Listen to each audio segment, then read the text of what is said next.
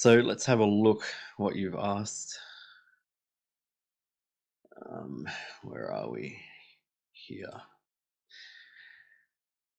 Okay, so how does one stand out and make any money if a number of people are selling the same public domain books?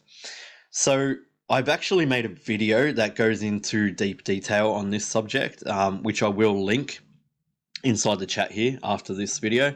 And essentially, like, it discusses like being a competitive retailer, right? Because look, if you have two speakers, for example, like a Sony speaker and a Pioneer speaker, both speakers do the same thing, right? Both speakers make sound, both are of similar price points, but one buys one over the other based on the visual appeal, based on the marketing, based on the search result, like based on so many different factors. A person will buy one over the other. And it's the same thing with books. It's no different, right?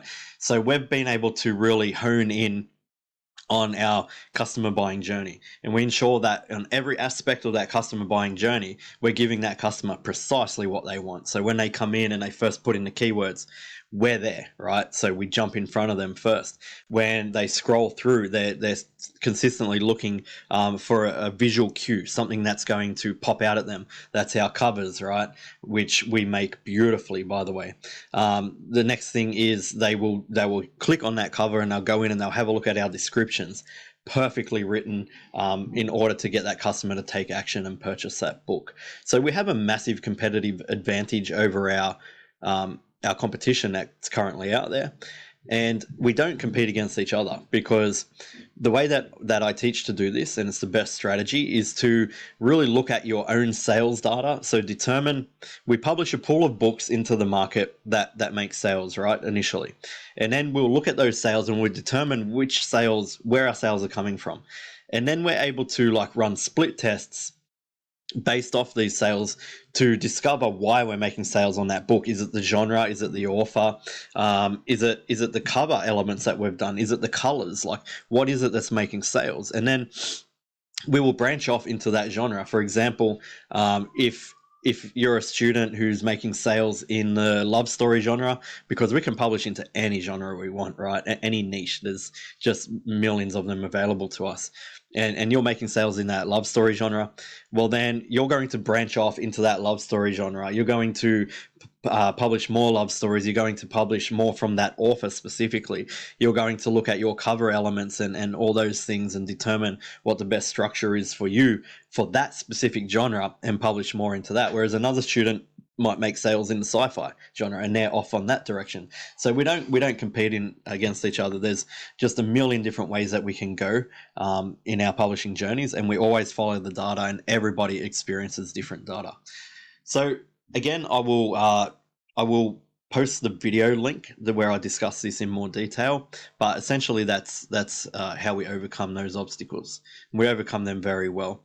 On the other hand as well, there's no real competition for us. Not really. If you look at low and no content or anything else, right, when it comes to publishing, our competition is so small compared to these other publishing methods. It's ridiculous. So we don't have to really contend with too much competition, and that's why our organic sales are so good. All right, next question. Is it 100% free to publish a book? Doesn't the cover cost, for example? 100% free, nothing to pay at all, zero, right? Every tool that we use is a free tool from the internet that doesn't require any payment at all. Our covers don't cost anything. We create them ourselves. You can do that in about 5 minutes flat and have a beautiful cover. Like, I cover all this stuff inside the training, specifically exactly how to create your covers and create them well. We have 3 different methods to create covers, so that's covered in great detail. All right. What if someone disputes the rights for the book? How do you prove it's yours and it's a public domain? We don't have rights. We don't need to dispute our rights, because part of our process is proving public domain. And it's another thing that keeps low quality publishers out of our space, because essentially Amazon do want to know if your book is in public domain, right? So part of our process and our metadata research is actually gathering that data as well. And it's very easy to come by. It's very easy to gather. And we initially send an email to Amazon as soon as we publish that book when we do our category changes, right? Because we all know as publishers, there's actually 10 categories, not 2. You do use 2 BISAC categories when you publish onto KDP in the beginning, but like, why not utilize all 10, right? You'll get more exposure that way. So when we send that category email through to Amazon, we also send our public domain status, and we never have an issue with that. And we also want to make sure that we're publishing proper public domain books, because some countries in the EU have different laws compared to the US. But I actually paid a lawyer $8,000 to really simplify copyright law, like worldwide copyright law, and he's been able to do that in a single page document, which is inside the program, which is worth $8,000, by the way. So it's very simple to circumnavigate that. Okay, what else do we have here? Number 4.